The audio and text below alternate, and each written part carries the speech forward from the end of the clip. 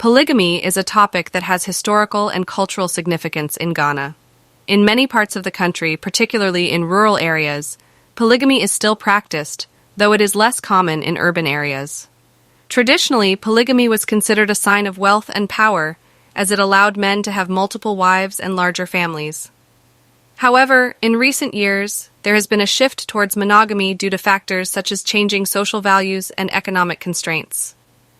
Polygamous relationships are primarily seen as permissible in Ghana, provided certain conditions are met. For instance, it is expected that the husband will treat each wife and their children fairly and equally. Additionally, the consent of all parties involved, including the existing wife or wives, is typically expected. It's important to note that there are varying perspectives on polygamy within Ghanaian society. Some argue that it is a cultural practice that should be respected, while others believe it perpetuates gender inequality and can have negative consequences for women and children. In recent years, there has been a growing awareness of the rights and agency of women in Ghana, which has led to discussions about the reform of traditional polygamous practices.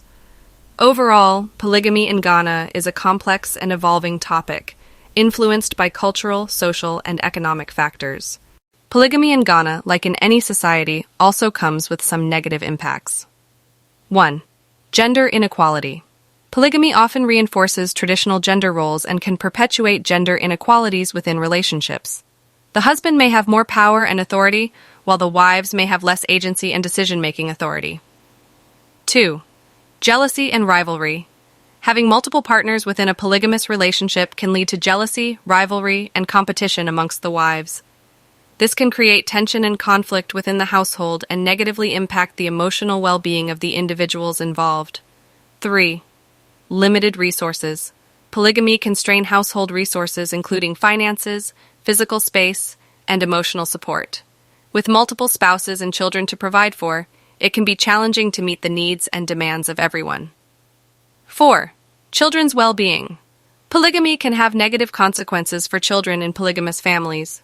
There may be limited parent-child bonding time, less individual attention, and fewer resources available for each child.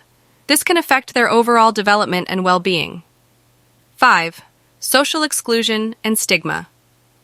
In some cases, individuals in polygamous relationships may face social exclusion and stigma from wider society, particularly in urban areas where the practice is less prevalent or even frowned upon.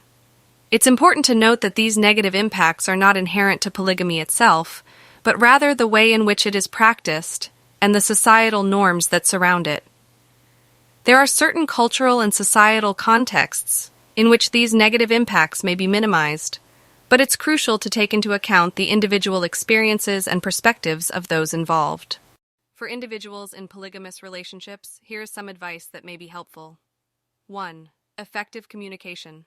Communication is crucial in any relationship, including polygamous ones.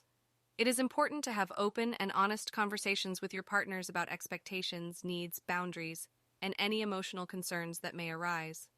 Establishing good communication channels can help build trust and minimize misunderstandings.